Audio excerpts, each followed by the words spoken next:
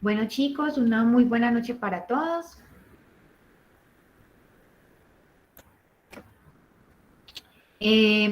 Recuerden que este es el espacio del TAC, del Taller Abierto de Co-Creación. Los días miércoles y viernes trabajamos en el tema de requisitos legales en seguridad y salud en el trabajo. Entonces, para que verifiquen efectivamente la conexión a la actividad que corresponda. Contarles que esta pues, es la penúltima semana del semestre y es nuestra última semana de encuentros, considerando pues que ya la próxima semana finaliza este segundo bloque del semestre, entonces estamos como finalizando ya esta semana. El día de hoy tenemos espacio para solución de dudas sobre las temáticas que hemos venido trabajando en estos encuentros. Y el viernes tendremos nuestro último encuentro sincrónico también a las 8 de la noche para trabajar, pues digamos, como el último tema que podríamos desarrollar como durante este bloque. Pues tenemos poquitas personas conectadas, si hay alguien que tenga duditas, preguntas, algo específico que quiera resolver con relación a la temática que abordamos la semana pasada, bienvenidos. Mientras vamos dando también como el espacecito para que se conecten de pronto más compañeros. Recuerden que este espacio es para la solución de dudas, preguntas, inquietudes con relación a esos temas que hemos abordado en esos requisitos legales en seguridad y salud en el trabajo que hemos ido viendo cada semana.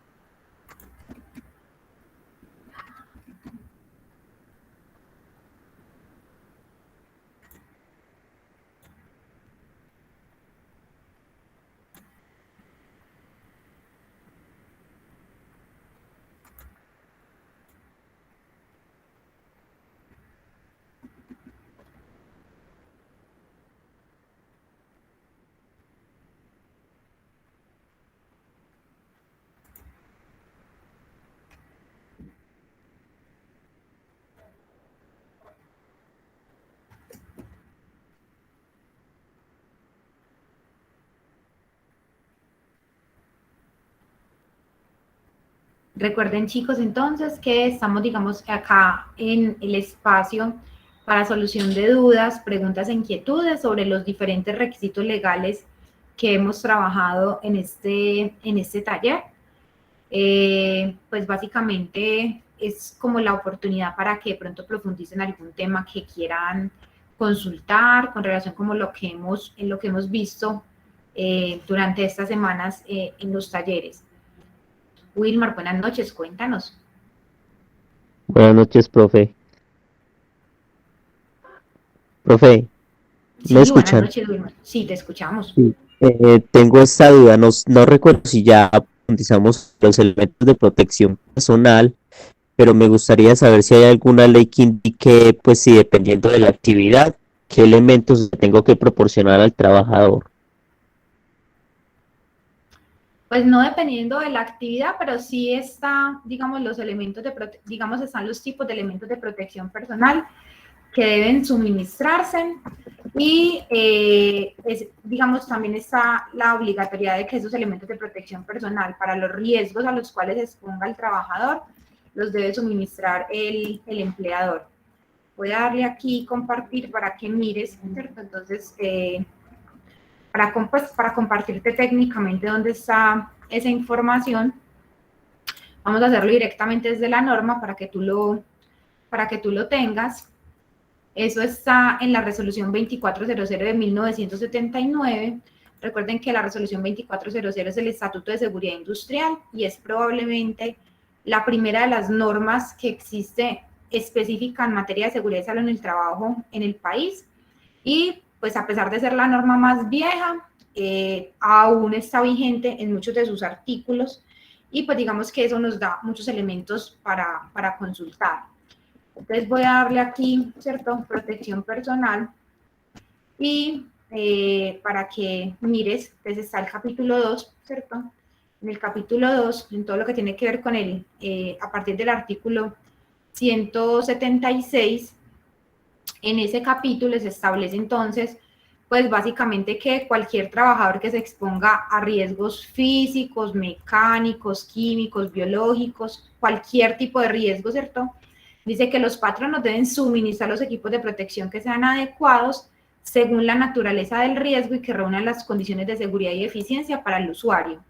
Entonces, la norma en sí no te establece cuáles, pero sí te está diciendo que teniendo el riesgo y existiendo el elemento de protección personal para, digamos, para ese riesgo, pues tú deberás suministrarle como empresa ese elemento de protección personal al trabajador. Y pues básicamente te dice, ¿cierto?, que qué tipos de elementos de protección, ¿cierto?, se consideran. Entonces te habla de protección para la cabeza, te habla de protección para los oídos, te habla de protección para la cara y para los ojos, te habla también de protección respiratoria, ¿sí? Te determina entonces también protección de manos y brazos. Entonces mira aquí acá, protección de pies y piernas, entonces habla del calzado de seguridad, de las polainas, las botas, los mandiles. Entonces digamos que te dice, pues te da unos lineamientos, pero no te va a decir específicamente, o sea, no te va a decir, bueno, para un trabajador que se exponga a 90 decibeles, entonces le tienes que dar un protector auditivo tipo copa, no, o sea, no te llega a ese nivel de detalle, pero sí te da como el lineamiento y ya tú en función de los riesgos específicos que tengas en la organización y pues lo que tengas disponible técnicamente, entonces defines cuáles son esos elementos de protección que vas a suministrar, ¿sí? Eso está en la resolución 24, eso está en la resolución 2400, ¿sí? Ojo que también establece temas, ¿cierto?, digamos, de que debo garantizar el tema de, pues, de que esos elementos cumplan con ciertos requisitos, en temas, pues, básicamente de que se puedan lavar, que tengan garantía, que pues estén identificados quién es el fabricante del elemento de protección personal. Yo siempre les recomiendo que utilicen protección que tenga algún tipo de certificación, por ejemplo, en guantes, o sea, que tenga que cumpla algún tipo de norma, ¿cierto? Para que sea un poco más respaldado el suministro de ese elemento de protección personal. Te habla de la protección para trabajadores de soldadura, te habla también de la protección para los sistemas, pues para el tema de protección respiratoria. Entonces, mira que acá encuentras, digamos, como la información específica con relación a ese tema de elementos de protección personal. Bueno, profe, gracias. Con todo el gusto.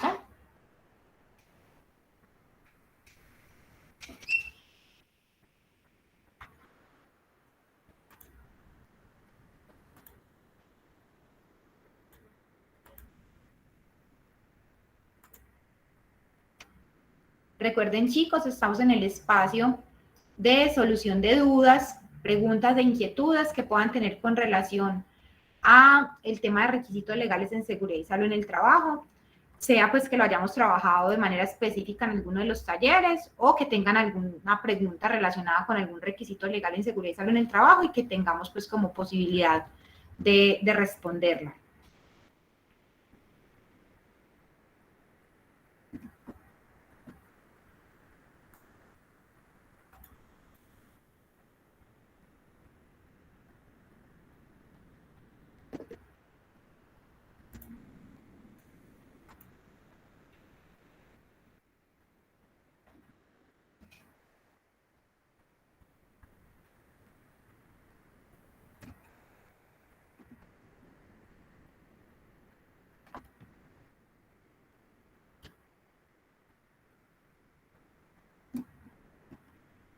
Wilmar, cuéntanos.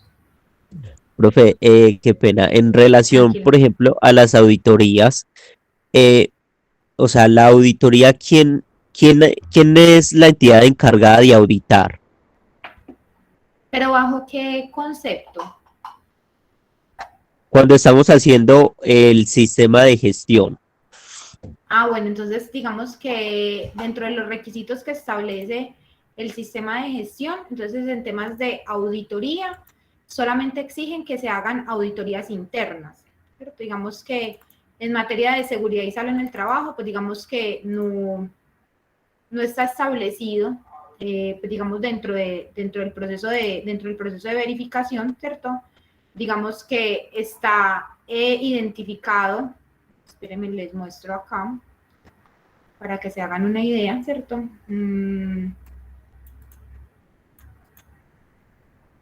Ya te voy a compartir acá para que mires.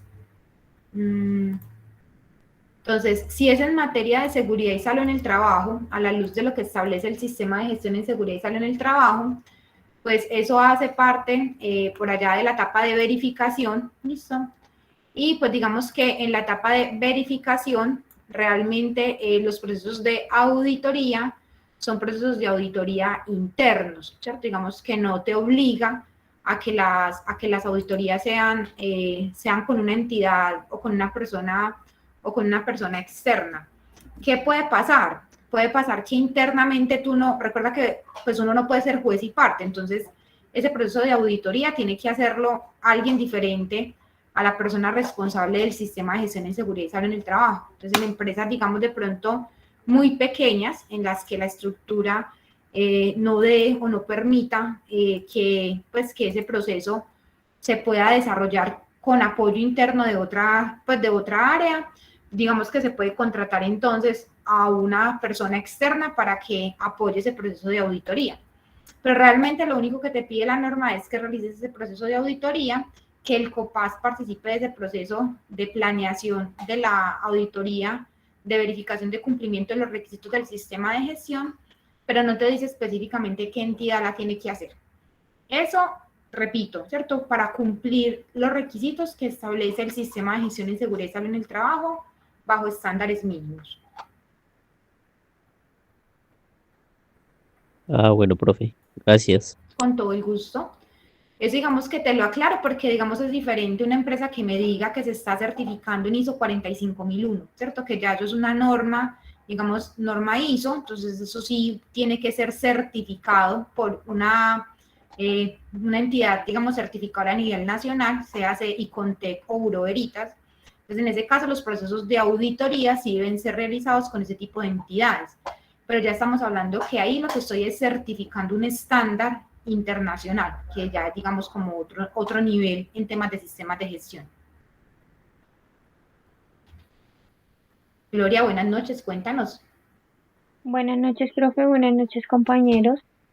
Profe, una pregunta muy puntual. Es que hoy pues, tuvimos, digamos que un punto de discusión en la institución donde laboro, porque una chica que está estudiando gestión humana Ujú. me decía que todo accidente que le ocurra a un trabajador dentro de la empresa es catalogado como accidente laboral, pero al momento de reportarlo a la ARL, empiezan a indagar y a pues hacer preguntas de cómo ocurrió, dónde ocurrió y si lo que estaba haciendo hace parte de pues sus actividades laborales.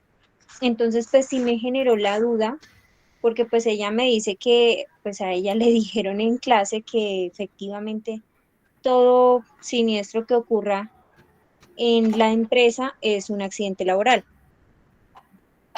Sí, mira, digamos, cualquier evento que ocurra, o sea, cualquier evento que le ocurra a un trabajador en la ejecución de las labores. Entonces recuerden que puede ser con causa o con ocasión del trabajo. Es decir, yo tengo que poder demostrar una de esas dos, ¿cierto? Incluso, espérame que yo tengo por acá esa definición escrita textualmente para que te soportes un poco como en ese término. Espérate, te lo pongo acá para que tú, digamos, para que tengas como más elementos.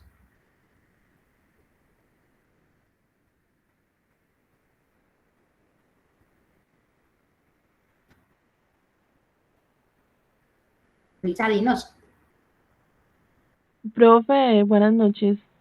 Buenas noches. Profe, una pregunta con respecto a lo que la compañera acabó de decir. Si esa persona tiene un accidente de trabajo y estaba haciendo pues algo que no le corresponde a su área, en ese caso, ¿qué pasaría? Lo que pasa es que hay que demostrar, miren, o sea, la definición de accidente de trabajo sigue siendo la misma que se estableció en el 2012 y bajo esa definición es que uno tiene que analizar cada evento que ocurra en la empresa. ¿Por qué? Porque tengo que demostrar, ¿cierto? Tengo que tener los argumentos para considerarlo desde alguna de estas perspectivas, ¿cierto? Entonces, tiene que ser, por un lado, usted tiene que demostrar que el evento es repentino, ¿cierto? Es decir, que no fue planeado, porque hay eventos planeados. Es decir, usted puede perfectamente, usted puede demostrar que el trabajador, él pensó, metió la mano y la metió, ¿cierto? Entonces, el mismo, o sea, no fue algo repentino, no fue algo accidental, fue algo que él pensó porque él dijo, no, yo necesito plata, entonces yo sé que si me boto este dedo, por ese dedo me van a dar 10 millones de pesos, yo me aguanto y necesito plata, yo meto el dedo allá. Si usted logra determinar, o usted logra evidenciar que eso pasó, eso no es accidente de trabajo. ¿Por qué? Porque deja de ser repentino, fue algo premeditado, fue algo planeado que el trabajador pensó. Y aunque parezca ilógico, eso puede pasar. Entonces, lo primero es que usted pueda demostrar que fue un evento repentino, ¿cierto? Es decir, que no estaba planeado. Lo segundo es que usted pueda demostrar o que fue con causa o que fue con ocasión del trabajo. Esos dos términos son fundamentales cuando yo estoy analizando un evento relacionado pues con el trabajo. Entonces, con causa es todo lo que a mí me ocurra para lo que yo fui directamente contratado. Entonces, digamos, cualquier tipo de lesión o cualquier tipo de daño que me ocurra durante la ejecución de una labor para la cual a mí me contrataron, eso se considera un accidente con causa. Entonces tengo que tener muy claro a mí para qué me contrataron en la empresa. Ahora, con ocasión del trabajo, son esas actividades que son no directamente relacionadas con la labor, pero que son necesarias para poder ejecutar esa función. Entonces me explico. Usted es una secretaria, ¿listo? Entonces usted es la secretaria de gerencia. Todo lo que le ocurra durante la ejecución de actividades, ¿cierto? Asociadas con ese cargo de la secretaria de gerencia se considera un accidente con causa. Pero resulta que es que hay junta, ¿cierto? Hay reunión de socios y en esa reunión de socios usted tiene que llevar unas carpetas con los informes, ¿cierto? A usted no le pagan porque suba y baje las escalas, entonces usted va para la sala de juntas queda en el otro piso, usted está subiendo o bajando por las escalas y usted se cae. Pues a usted no le pagan por desplazarse por las escalas, pero esa caída ocurre con ocasión del trabajo, es decir, usted está ejecutando una labor para la cual fue contratada, pero ocurre un evento durante la ejecución de la labor, no directamente la labor, pero sí tiene relación con esa labor que usted está haciendo. Entonces, eso es con ocasión del trabajo. Gloria, cuéntanos. Profe, teniendo en cuenta esto, un accidente ocurrido en hora de almuerzo, ¿cabría como accidente laboral o en su defecto un accidente que ocurra, por decir, un docente que está realizando acompañamiento durante el descanso y decide ponerse a jugar voleibol y se le fractura una muñeca, ¿viene siendo accidente laboral? No, porque él no, a él nadie le dijo, o sea, no es, mire que no tiene que ver ni directamente con su labor, ¿cierto? Porque él no es el profesor de voleibol, ¿cierto? A él no lo contrataron para que dé clases de voleibol. Dentro de sus funciones no está que vaya en el descanso a jugar con el niño, ¿listo? Y eso no tiene absolutamente nada que ver con las funciones laborales que él hace, ¿cierto? Eso lo hace él porque él quiso hacerlo. Entonces, en ese caso no es un accidente de trabajo. Así Ok. esté dentro del horario laboral. Eso es muy importante. Usted puede estar dentro del horario laboral. Miren, póngame cuidado con esto. Usted puede estar dentro del horario laboral y usted me dice que usted se cayó yendo para el cafetín a tomarse un tinto que se iba a tomar. Eso no es accidente de trabajo. ¿Por qué? Porque eso no tiene absolutamente nada que ver ni con las funciones ni con la labor para la cual yo lo contraté. Entonces, hay que saber entender cómo ocurrió el evento y qué estaba haciendo usted relacionado con el evento. ¿Sí? Entonces, Ok, profe, gracias. Mayerly, cuéntanos.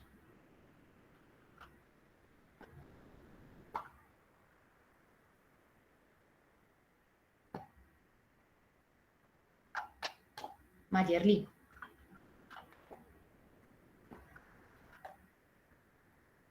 Ni en las vacaciones establecidas por ley tampoco. O sea, nada que ocurra a no ser, ojo con eso, a no ser de que usted esté en vacaciones, su jefe lo llame y le diga, ¿cierto? ¿Quién fue la que me escribió?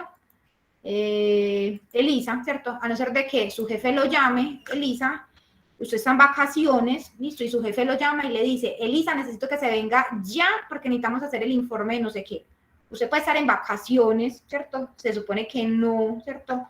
No tiene por qué desarrollar ninguna función laboral, pero usted se va a hacer esa función laboral y miren que ahí el evento se considera accidente de trabajo no por esa primera definición, se considera accidente de trabajo es por la segunda definición. ¿Por qué? Porque usted está realizando una ejecución de una tarea bajo las órdenes de su empleador y todos los jefes que tienen personal a cargo se consideran entonces personal que tiene, pues todas las personas que tengan personas a cargo se consideran entonces delegados o representantes por parte del empleador. Si ellos dan una orden, se entiende que la orden la está dando el empleador. Entonces, como es una orden dada por él, se sobreentiende que es un accidente de trabajo. Wilmar, cuéntanos. Profe, qué pena. ¿Podría dar un ejemplo similar al del tinto? Por ejemplo, si yo voy llegando a las instalaciones y tengo que subir unas escalas y me caigo, ¿ahí sería o no sería accidente laboral? Ya entraste a la empresa. Sí, profe. Es decir, tú llegas a la empresa y ¿qué estás haciendo? Te estás desplazando hacia tu puesto de trabajo. Sí, señora.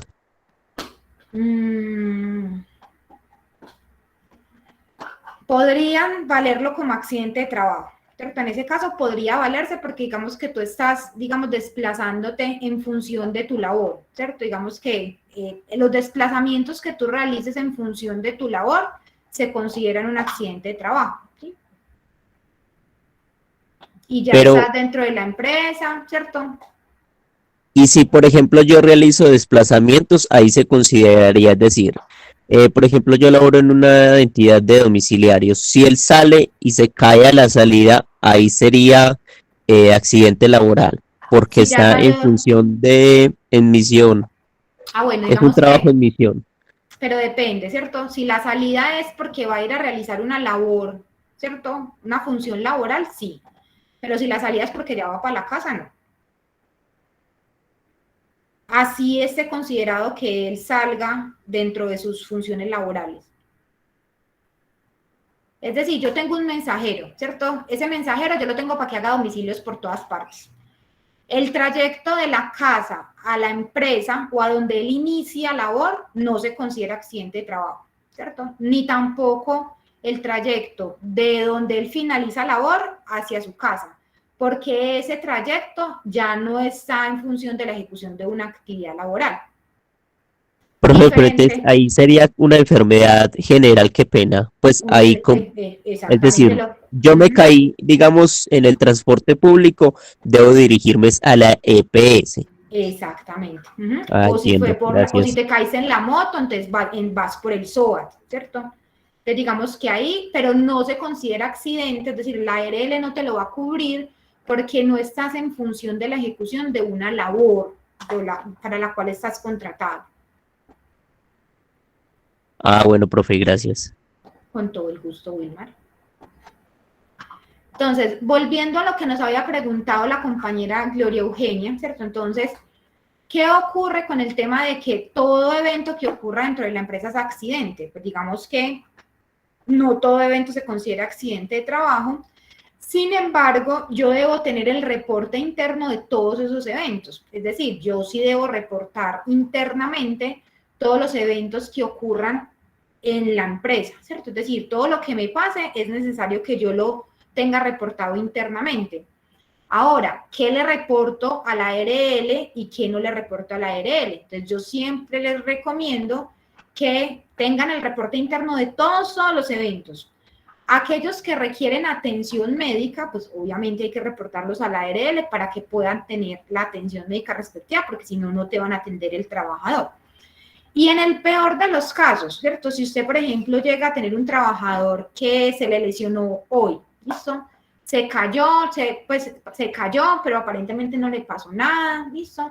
Pero resulta que la caída sí fue muy grave y mañana ese trabajador amanece que no se puede mover o amanece con una hemorragia, ¿cierto? O con un morado, una cosa impresionante, pues todavía estamos dentro de los términos o dentro de los plazos para poder hacer el reporte del evento ante la ARL con el debido soporte del reporte del evento en el momento que ocurrió. Entonces, lo importante es que internamente uno sí tenga ese reporte interno ante la, pues ante la empresa, ese evento reportado internamente en la empresa.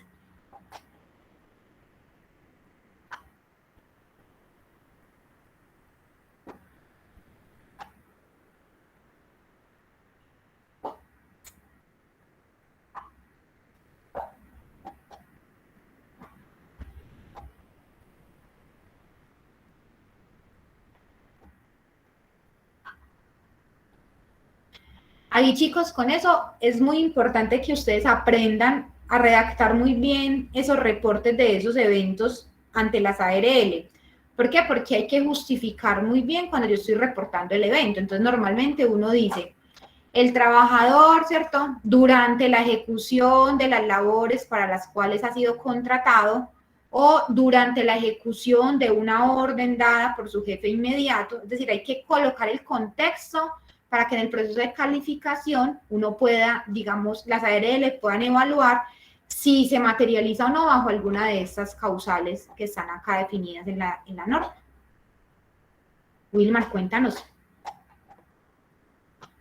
Profe, dos dudas. La primera, ¿hay algún formato o donde puedo visualizar cómo hacer el reporte o a través de qué medios se hace?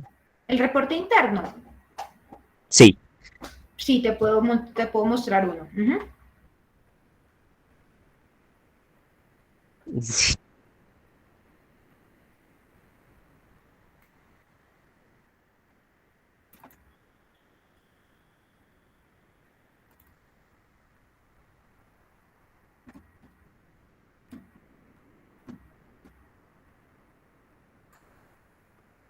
Profe, y la segunda duda es al momento del accidente, ¿cierto? Mientras yo verifico como tal el proceso, si se dio o no, para prestarle la salud, ¿cómo se haría?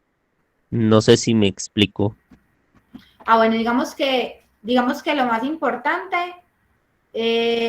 digamos que es, dependiendo pues obviamente de la gravedad del evento, ¿cierto? Las ARL, todas tienen línea de atención telefónica y todas tienen, pues, página para hacer los reportes, ¿cierto? Eventos que no sean pues como muy graves, a ti te da para hacer el reporte perfectamente a través de la página.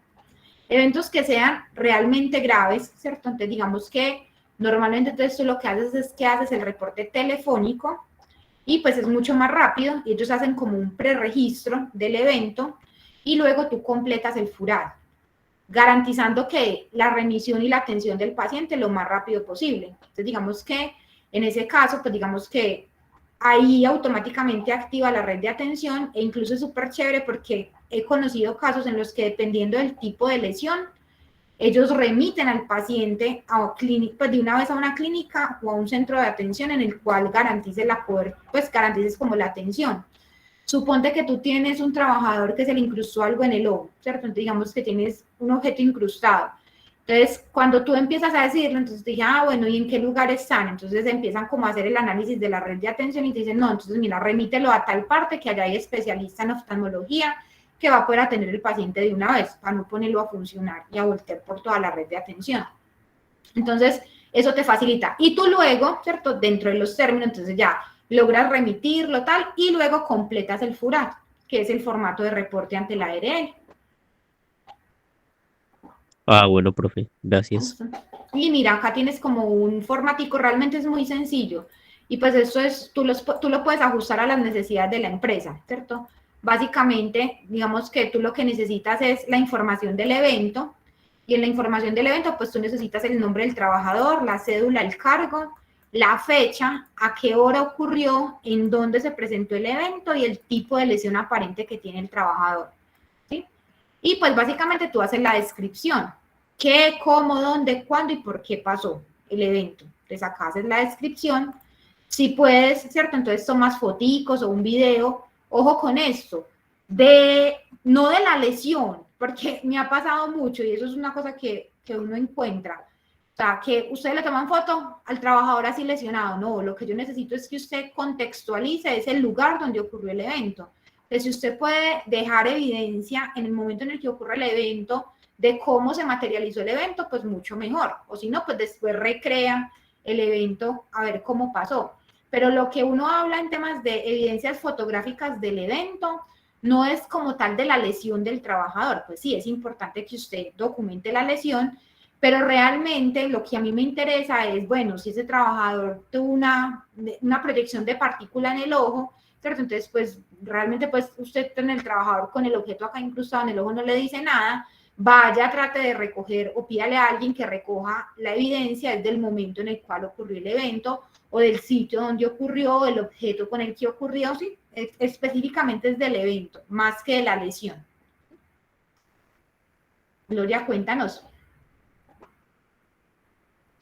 Profe, y ahí, dependiendo de la ARL, envían valoración médica, pues con una ambulancia medicalizada para la valoración inicial y dependiendo del tipo de lesión y de la gravedad, remiten al centro médico de inmediato. Exacto, así es. Hay ARLs que incluso dentro del, pues, porque eso está considerado entre las prestaciones asistenciales. Es decir, el traslado medicalizado del paciente, del trabajador lesionado, desde el lugar del evento hacia un centro de atención está considerado dentro del, pues, dentro de lo que está. Y no vamos muy lejos, chicos. O sea, es decir, cuando, pues más allá de tener el formato del reporte, pues mira que realmente, pongamos el caso más extremo, tú llegas a tener un mortal en la empresa, ¿cierto? Entonces digamos que, pues en ese momento tú no vas a poder, o sea, ya cuando tú llegas el trabajador está muerto en sitio, pues digamos que tú no puedes esperar a diligenciar el formato, no, o sea, tú tienes que activar automáticamente la red de atención y pues digamos que automáticamente tienen que hacer el levantamiento, pues tienen que activar la red para hacer el levantamiento del cuerpo. Entonces tú no te puedes quedar esperando a que, pues a que diligencias el formato ante la ARL, no, o sea, vas a tener el plazo, lo importante es dejar el registro del evento, se hace la atención, digamos, de manera urgente, lo que es prioritario, y ya luego legalizas como ante ellos toda la documentación.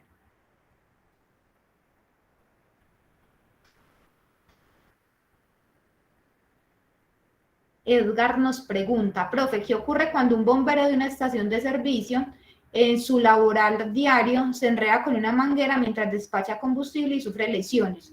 ¿Es accidente? Sí, claro, sería accidente porque es la labor habitual que el trabajador hace y la caída se va a considerar entonces como un accidente de trabajo.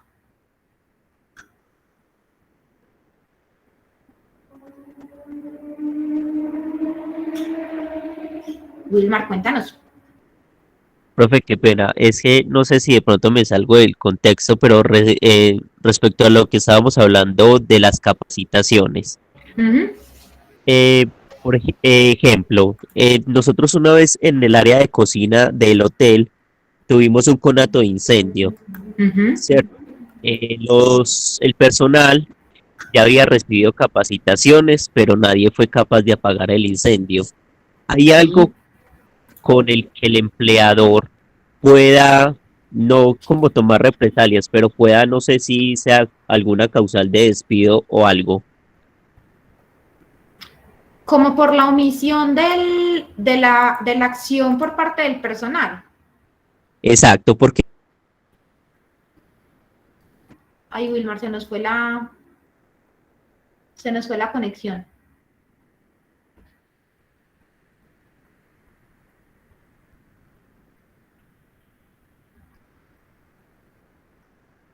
Wilmar, no, se nos fue la conexión con Wilmar.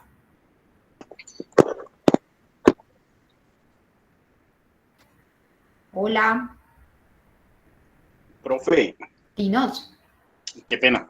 De pronto, contextualizando un poco lo que decía el compañero, en la eventualidad de que el conato de incendio se hubiese provocado en el restaurante, en el área de cocina, y ninguno de ellos pues fue capaz de apagar ese conato, sí se puede considerar en la eventualidad de retirar al trabajador porque simple y sencillamente no dio para pagarlo, o se puede aludir el hecho de que la persona por los nervios se amilanó y no pudo ser capaz de hacerlo, de apagarlo. Pues digamos que ahí lo que toca es aplicar un procedimiento, un proceso disciplinario, ¿cierto? Entonces, digamos, toca investigar el hecho y toca analizar, ¿cierto? Si realmente fue, digamos, como una acción con dolo, es decir, que efectivamente el trabajador no quiso, pues no quiso hacer el intento, o pues que por lo menos entonces ahí serviría mucho, por ejemplo, si hay grabaciones, ¿cierto? Si hay evidencia en videos o en cámaras que permitan analizar cómo fue el evento. ¿Por qué? Porque ahí nos vamos es por proceso, digamos, disciplinario. Entonces, ¿por qué? Porque el trabajador, digamos, dentro de las acciones, ¿cierto?, que debe tener en materia de seguridad y salud en el trabajo, entonces digamos que yo me puedo ir por ese lado, ¿cierto?, por el incumplimiento de una norma en materia de seguridad y salud en el trabajo. Pero tengo que demostrar efectivamente que fue omisión del trabajador voluntariamente, ¿cierto? Y que con intención lo hizo. Eso es como cuando, por ejemplo, tú tienes un seguro, ¿cierto? En el carro o en la moto. Entonces, por ejemplo, antes de que el seguro te reconozca o no, por ejemplo, un daño total, entonces usted dice, no, resulta que es que la moto se fue de este barranco de aquí para abajo. Entonces, una cosa es usted cómo cuente los hechos. Una cosa es que usted, ¿cierto?, diga que la moto, pues qué pasó, qué hizo que la moto se fuera. Entonces es que había un deslizamiento de tierra y yo me tiré y solté la moto y el deslizamiento de tierra se llevó la moto. A que usted, ¿cierto?, a que usted diga, no, es que yo empujé la moto por el barranco de ahí para abajo y la moto pues la moto dio pérdida total. Miren que son contextos diferentes, aunque el efecto termina siendo el mismo. Pues en el primero, pues tú sí puedes demostrar que eso es un evento accidental, que no tiene, pues no tiene ninguna intención. En el otro, pues realmente hay intención de no salvar, ¿cierto?, la moto, y pues el seguro puede decir que no respondo. Lo mismo aquí. Puede ser que yo pueda demostrar que el trabajador, pues a pesar de que había recibido una capacitación, a raíz, pues se le vio como la intención, pero pues no fue capaz de reaccionar, ¿cierto? Se quedó estático, que puede pasar. Hay personas que ante el miedo se quedan estáticas, no reaccionan.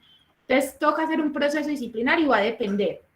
Pero digamos que podrías pegarte de lo que establezca el reglamento interno de trabajo en ese caso, como una sanción disciplinaria, asociada con normas de seguridad y salud en el trabajo.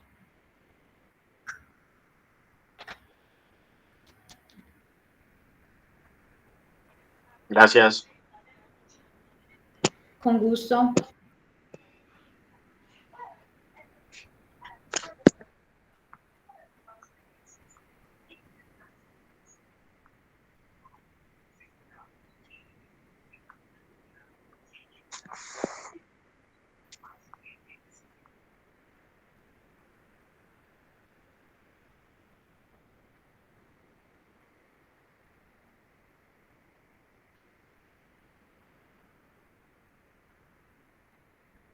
Chicos, no sé quién más tenga duditas, cuéntanos. Profe, yo otra vez, qué pena. Dime, Wilmar, tranquilo. Continuando con, pues, con el mismo caso, habiendo, digamos que en este caso la persona se quemó, yo como empleador puedo decir o puedo evitar, no sé, alguna consecuencia indicando que esa persona se capacitó en diferentes ocasiones, o yo puedo librarme como empleador de algo indicando que esa persona se capacitó en varias ocasiones para poder detener el conato. Pues digamos que tú en el proceso de investigación del accidente, en la investigación del evento, tú tienes que dejar documentado todo eso, ¿cierto?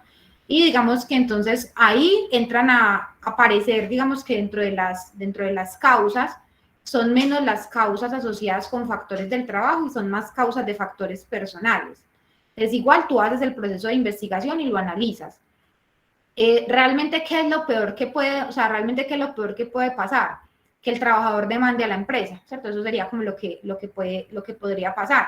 Pero en ese caso la empresa tendría como demostrar que realmente la empresa no tiene ninguna responsabilidad de la perspectiva civil para asumir, digamos, la culpa por lo que le pasó al trabajador.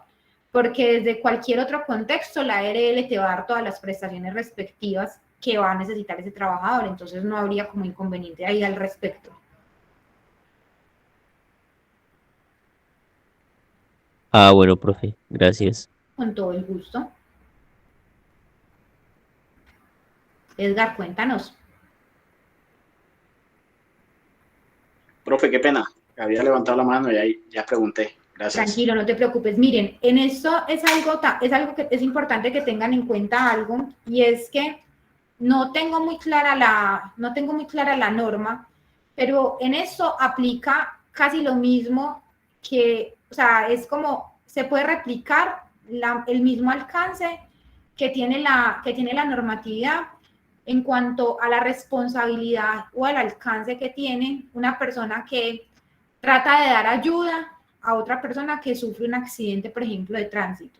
Entonces, anteriormente la gente, digamos, ignoraba, ¿cierto?, esa posibilidad de ayudar a alguien que se accidentara en un accidente de tránsito, porque, exacto, muchas gracias, Juan Esteban, porque acá nos está compartiendo Juan Esteban, eso es omisión del socorro y eso está en el Código Penal. Entonces, antes, ¿qué pasaba? Pues digamos que una persona podría ser inculpada, ¿cierto?, por ejemplo, por una mala práctica de tratar de ayudar a la persona y que la persona, por ejemplo, fallezca. Entonces se podía ver implicada en ese proceso. Hoy antes es al revés, ¿cierto? Entonces digamos que usted sí o sí, ¿cierto?, tiene que intentar ayudar. Si usted le toca de forma directa un accidente, pues digamos un evento de esos, usted está en la obligación de intentar ayudar a esa persona, y la ley, digamos, lo ampara, digamos, y le evita como ese proceso de ser investigado como un posible causante ¿cierto? Pero siempre y cuando usted demuestre que intentó ayudar, ¿cierto? No omitir la ayuda. Entonces, en ese sentido es muy importante como también no cargar a los trabajadores, ¿cierto?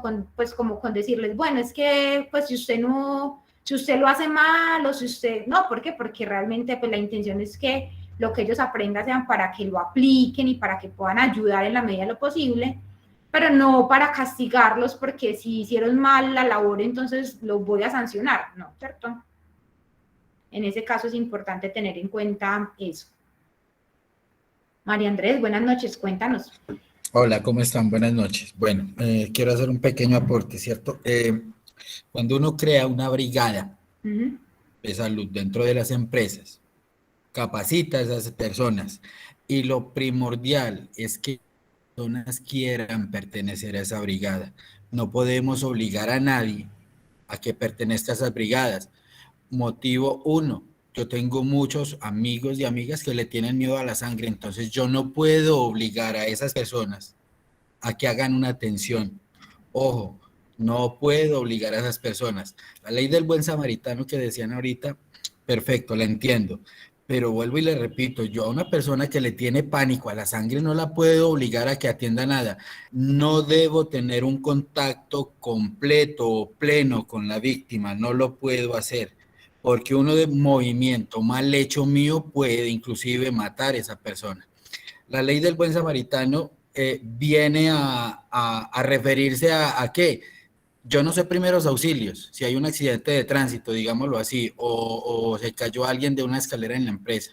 La ley del buen samaritano viene a decir, buscaste a alguien para que te ayude, hiciste una llamada a bomberos, a policía, a defensa civil, a Cruz Roja, buscaste ayuda de compañeros que sí saben hacerlo, porque yo no puedo obligar a nadie a que, como les digo, tenga un contacto pleno con la víctima, ¿cierto? Porque un movimiento mío mal hecho, o si yo estoy más asustado que el que está herido, entonces, ¿cómo le puedo brindar ayuda?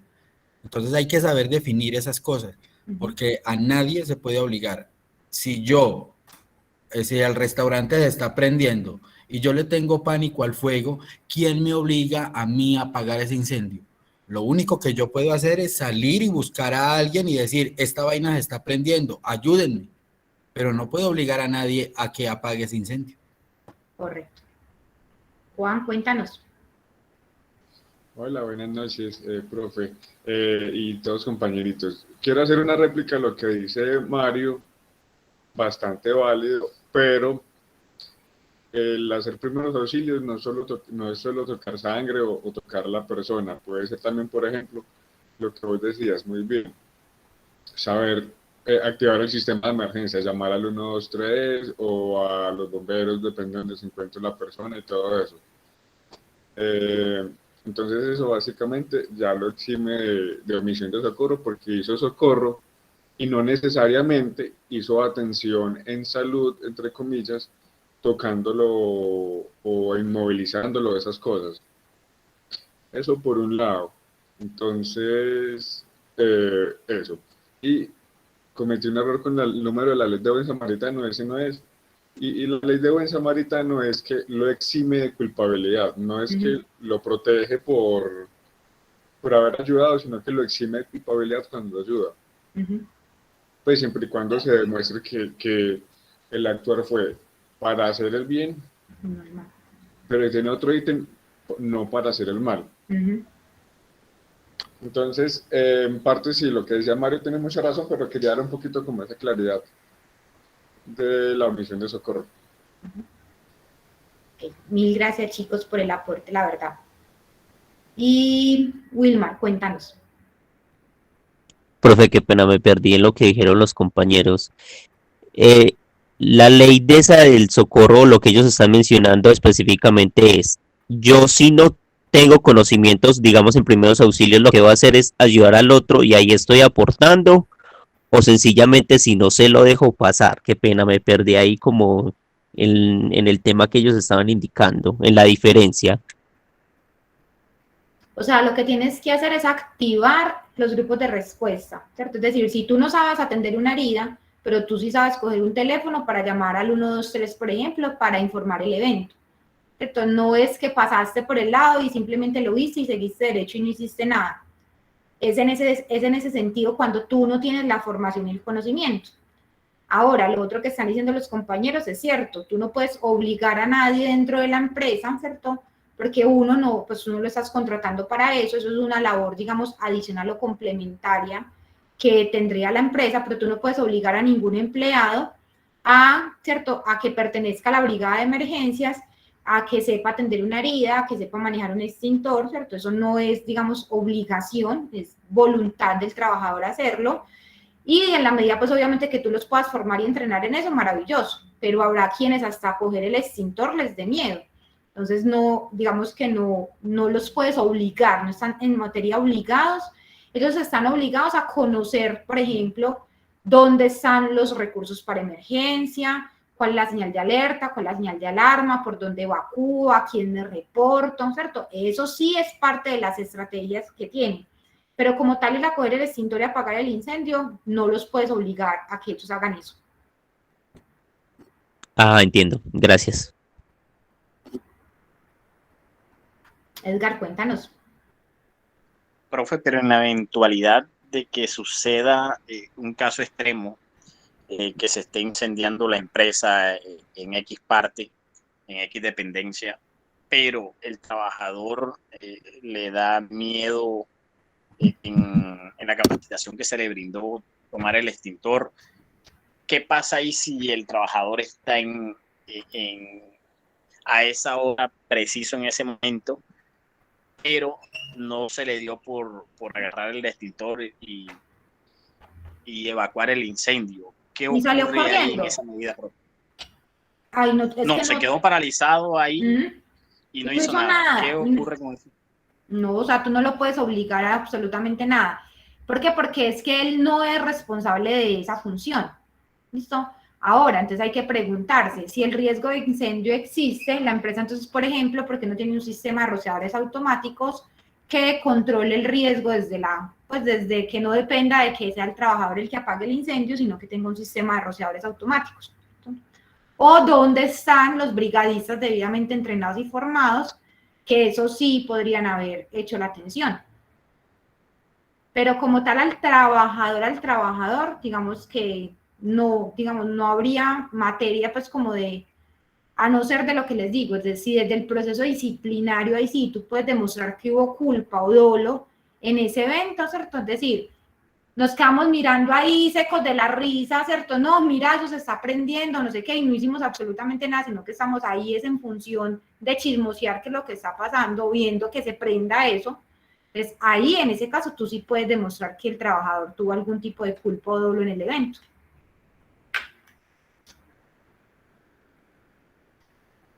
Ok, profe, gracias. Con gusto, Edgar. Wilmar, cuéntanos.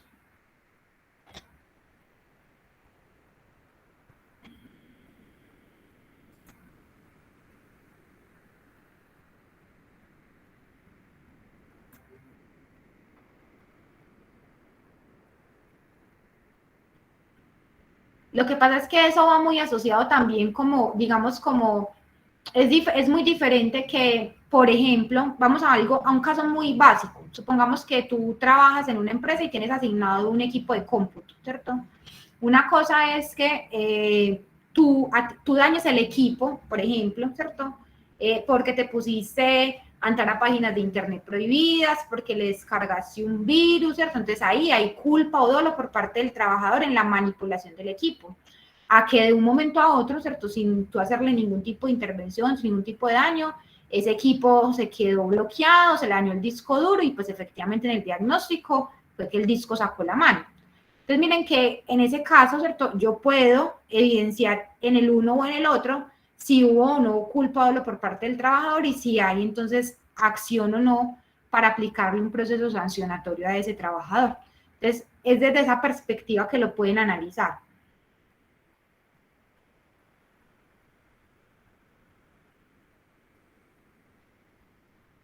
Wilmar, cuéntanos. Profe, qué pena. Y tengo otro caso puntual.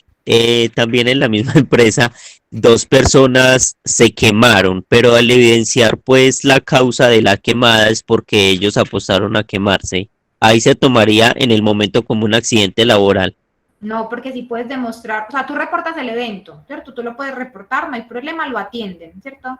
Pero incluso, ¿cierto? En el proceso de investigación, ¿cierto? ¿Por qué? Porque fue preintencionado el evento. Entonces, como no es accidental, sino que hay intención detrás, y tú puedes demostrar eso, ojo con eso, tienen que haber pruebas que te permitan demostrar eso. Entonces, por un lado, puedes omitirlo como accidente de trabajo, ¿cierto? Y se los pasas como enfermedad general, como lesión, que recuerden que hay diferencias significativas.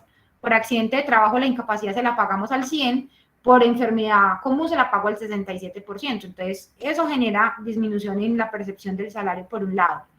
Y por el otro, pues digamos que automáticamente te da para que les apliques procesos sancionatorios, estoy casi seguro que da para que los despidas. Ah, bueno, profe, gracias. Con todo el gusto.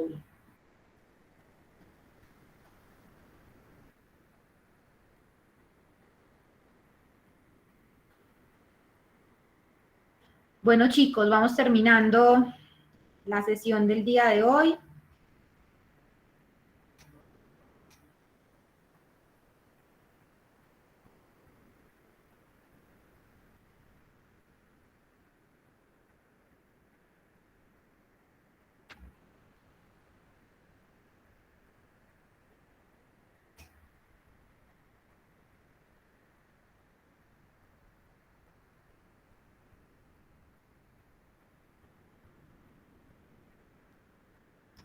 Wilmar, cuéntanos.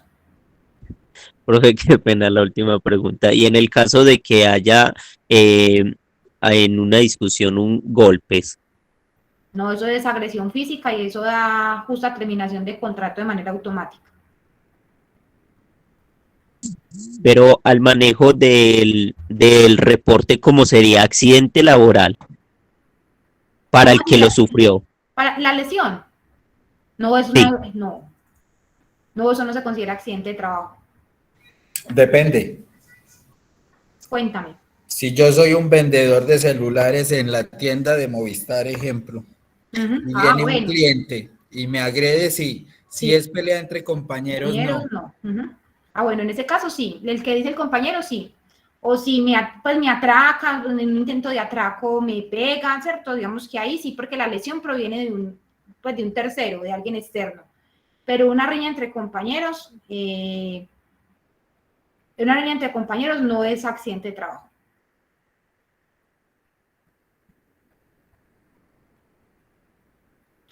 Dice por acá Elisa. Ya ese tema ya ahí sí, no sé, pues eso ya depende, porque recuerda que no todo, eso depende mucho, lo que dice Elisa, que por qué no suspendieron al alcalde de Bucaramanga que golpeó al concejal.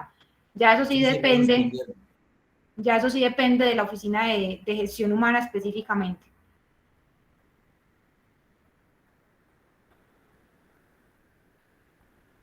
Pero yo creo que si lo suspendieron, ¿no? Sí, sí lo suspendieron. Sí. Lo que pasa es que recuerden que eso depende del reglamento. Hay reglamentos internos de trabajo que cualquier lesión, pues cualquier agresión física o verbal entre compañeros se considera una justa terminación de contratos. En algunos casos da, por ejemplo, suspensión por unos días y si se llega a repetir puede dar, digamos, luego terminación. Entonces eso depende de lo que establezca el reglamento interno de trabajo de la entidad o de la empresa, pues digamos, para el sector privado. Y obviamente tiene que haber la aplicación del proceso sancionatorio, ¿cierto? Es decir, tiene que hacerse la respectiva citación a descargos, hacerse la reunión de descargos y la imposición de la sanción respectiva para poder aplicar, digamos, como la infracción.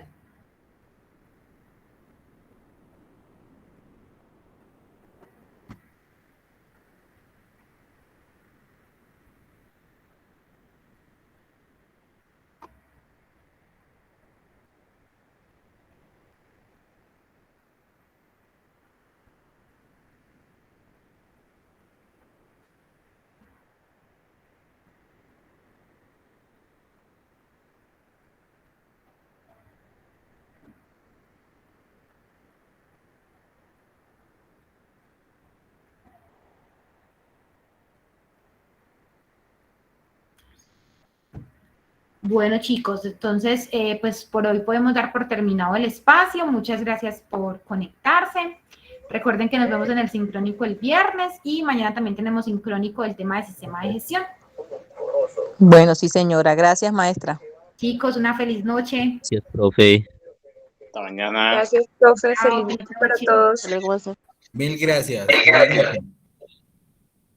¿Dónde trabaja Wilmar para no ir a pedir trabajo allá? Están locos. Profe, muchas gracias. Que tengan una feliz noche. Feliz noche.